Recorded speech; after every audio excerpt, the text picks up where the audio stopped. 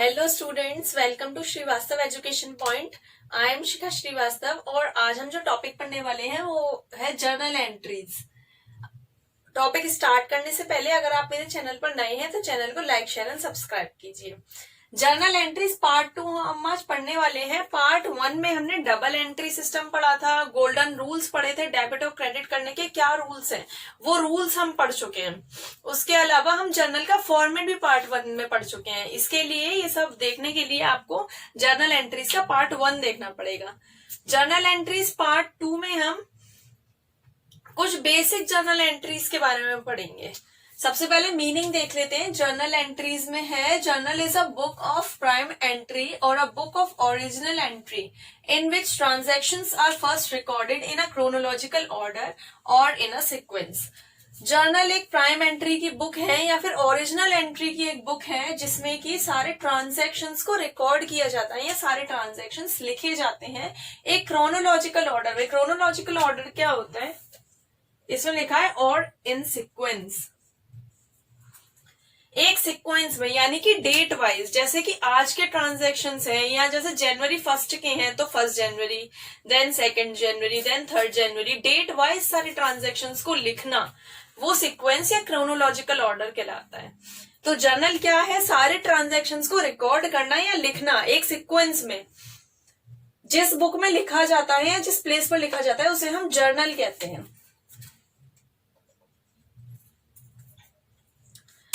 अब जर्नल का पहले फॉर्मेट देख लेते हैं कि हम फॉर्मेट कैसे बनाना है।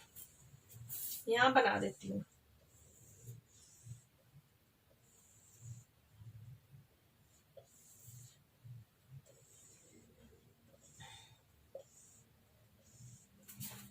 First column date, particular, LF, debit and credit. Debit and credit column है अमाउंट के। अब जिस भी डेट का ट्रांजैक्शन है हमें वो डेट यहां लिखनी है। उसके बाद पर्टिकुलर वाले कॉलम में हमें जर्नल एंट्री करनी है। एलएफ का मीनिंग है लेजर फोलियो। जब जर्नल से हम ट्रांजैक्शंस को लेजर में ट्रांसफर करते हैं, जर्नल से लेजर में ट्रांसफर करते हैं, तो तब ये वाला कॉलम यूज होता है, ledger folio. Debit and credit amount के कॉलम है। अब डेबिट में कौन सा अमाउंट लिखना है, क्रेडिट में कौन सा? जैसे कि जनवरी 1 का है 2021, जनवरी 1 ले लेते हैं। कोई भी ट्रांजैक्शन है, जैसे कि हमने किया डेबिट और 2 किया क्रेडिट। अब डेबिट का अमाउंट जैसे 5000 का ट्रांजैक्शन है तो डेबिट के सामने हम डेबिट वाले कॉलम में अमाउंट, और जहां क्रेडिट किया है तो क्रेडिट वाले कॉलम में अमाउंट फिल करेंगे। यहां लिखेंगे नरेशन। इस तरह से हम जर्नल एंट्रीज करेंगे। कुछ बेसिक जर्नल एंट्रीज देख लेते हैं कि हम किस तरीके से ट्रांजैक्शंस को फिल करेंगे। कुछ बेसिक जर्नल एंट्रीज हैं, जैसे फर्स्ट है 2020 अप्रैल 1 बिजनेस स्टार्टेड। कोई भी बिजनेस है जो बिजनेस स्टार्ट हुआ है ₹10,000 से, तो हम इसकी एंट्री करेंगे डेट वाले कॉलम में 2020 जनवरी 1। अब हमें लिखना है बिजनेस स्टार्टेड। बिजनेस स्टार्टेड में कैश से स्टार्ट किया है 10,000 रुपीज से, तो कैपिटल हुआ। बिजनेस स्टार्टेड 10,000 रुपीज, तो कैश अकाउंट डेबिट। बिजनेस के पास क्या आया? कैश आया, तो cash account debit to capital account. Capital account इसलिए क्रेडिट किया क्योंकि कैपिटल लायबिलिटी है और सारी लायबिलिटीज क्रेडिट होती हैं, इसीलिए इसमें है बीइंग बिजनेस स्टार्टेड। अब अमाउंट कैसे लिखेंगे? कैश अकाउंट डेबिट के सामने डेबिट वाले कॉलम में 10,000 रुपीज और टू कैपिटल अकाउंट 10,000। नेक्स्ट है अप्रैल 4, जनवरी नहीं है ये अप्रैल है, अप्रैल कर देते हैं। नेक्स्ट है अप्रैल 4, परचेज 5000। तो जब हम कुछ भी माल परचेज करते हैं तो टू एस्पेक्ट कौन से हैं, एक तो प्रोडक्ट हमारे पास आएगा और हमारे पास से कैश जाएगा। तो परचेज अकाउंट गुड्स हमारे पास रिसीव होगा तो गुड्स अकाउंट डेबिट करते हैं, लेकिन परचेज अकाउंट डेबिट करते हैं क्योंकि गुड्स अकाउंट नहीं खोला जाता, परचेज अकाउंट खोला जाता है। इसलिए purchase account debit to cash account, cash हमारे पास से जा रहा है तो to cash account. Being goods purchased 5000 rupees.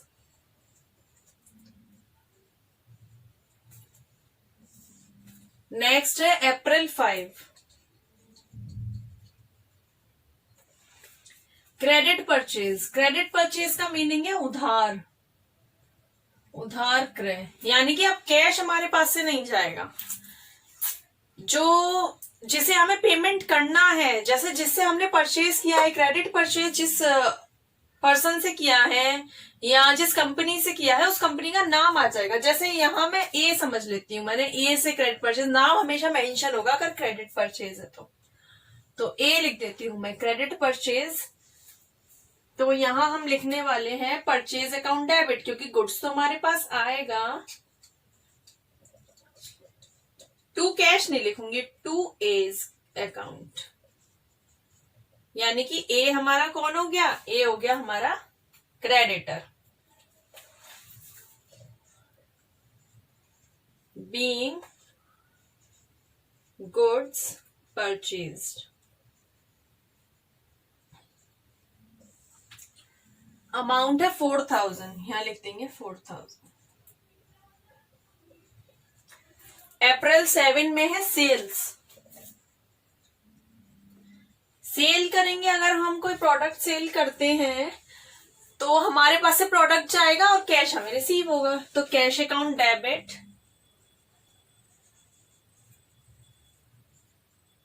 To sales account.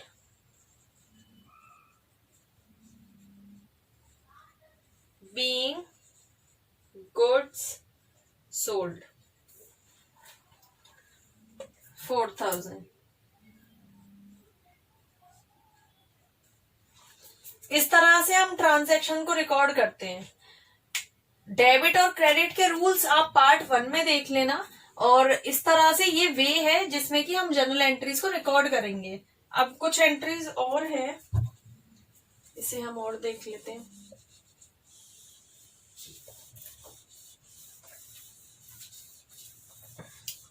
कुछ एक्सपेंसेस की एंट्री करते हैं। एक्सपेंसेस जैसे सैलरी पे करना, स्टेशनरी एक्सपेंसेस हैं, इंश्योरेंस पे करते हैं, ऐसे बहुत सारे एक्सपेंसेस हैं।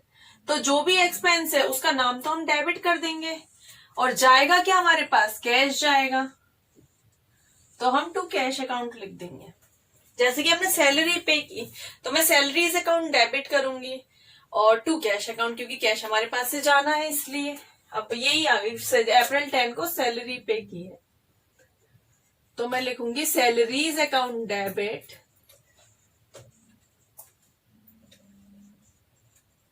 To cash account. Being salary paid 2500।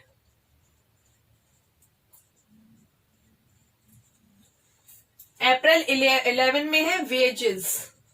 अब जैसे भी एक्सपेंसेस हैं, अगर इसकी जगह कोई और एक्सपेंसेस आ जाता है, या इंश्योरेंस क्लेम वो दिया, इंश्योरेंस प्रीमियम दिया, तो हम insurance premium debit to cash. Stationery expenses दिए, stationery expenses account debit to cash account.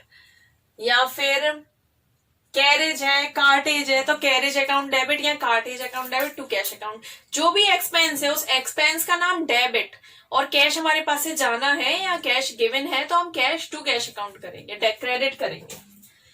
Next wages है, वही करेंगे सेम, वेजेस अकाउंट डेबिट कर देंगे।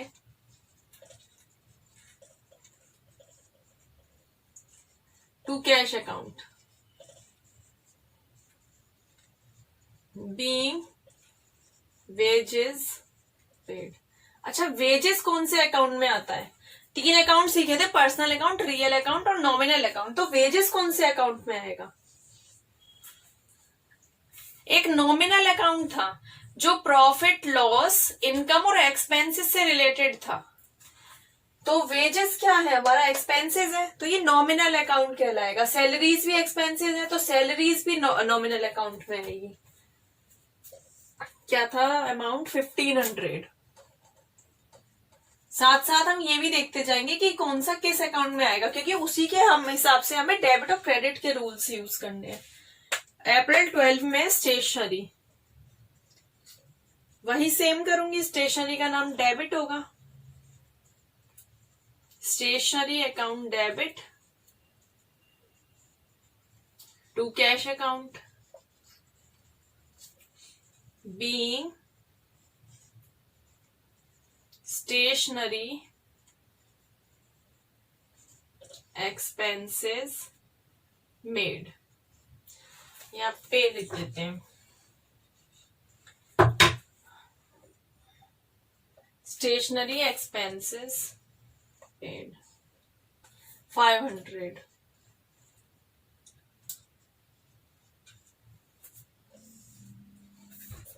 अप्रैल 15 ड्राइंग। ड्राइंग क्या होता है? ड्राइंग क्या होता है? हिंदी में लिख दूं, आहरण कहते हैं। आहरण। ड्राइंग क्या होता है? जैसे कि कैपिटल है, कैपिटल क्या होती है? सबसे फर्स्ट एंट्री कैपिटल की थी। हमें अपना बिजनेस जिस अमाउंट से स्टार्ट करते हैं, या जैसे कि बिजनेस स्टार्ट करते समय हम बिजनेस में जितना भी कैश और जितनी एसेट इन्वेस्ट करते हैं उसे हम कैपिटल कहते हैं। ड्राइंग क्या है? ड्राइंग या आहरण। ड्राइंग या आहरण का मीनिंग होता है विड्रॉ करना अपने बिजनेस से किसी पर्सनल यूज के लिए। ऑफिशियल यूज के लिए नहीं करना या बिजनेस यूज के लिए नहीं करना। अगर हम पर्सनल यूज के लिए कुछ अमाउंट विड्रॉल करते हैं तो उसे हम ड्राइंग या आहरण कहते हैं। तो बिजनेस के पास से कैश जा रहा है, 400 का ड्राइंग है तो बिजनेस के पास से कैश जा रहा है और ड्राइंग के लिए जा रहा है, आहरण के लिए। तो drawings account debit to cash account. Cash गया तो उसे क्रेडिट करेंगे।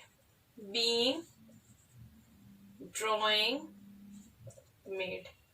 अच्छा, एक चीज और है, जैसे कि ये एसेट्स और लाइबिलिटीज है, तो हमें कैसे पता चलेगा कि एसेट्स डेबिट होंगी या लाइबिलिटीज डेबिट होंगी? ये किस तरह से होती है? इसका अमाउंट नहीं लिखा, 400। अब लास्ट में क्या होगा? लास्ट में होगा इसका टोटल जो आएगा यहाँ और यहाँ। पूरे जर्नल में जितनी भी एंट्री करी है उन सबका डेबिट का टोटल और क्रेडिट का टोटल यहाँ लिखना है। अच्छा, हम वो देख रहे थे कि एसेट्स और लाइबिलिटीज में एसेट्स डेबिट होंगी या लाइबिलिटीज डेबिट होंगी। तो एसेट्स हमेशा हमारी डेबिट होती है।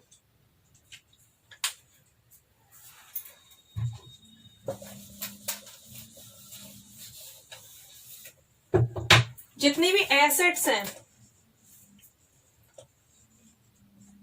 एसेट्स होती हैं हमारी डेबिट और लाइबिलिटीज होती हैं क्रेडिट।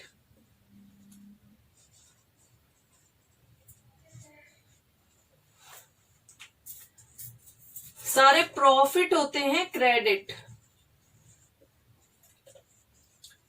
और लॉस होते हैं डेबिट। एक्सपेंसेस होते हैं डेबिट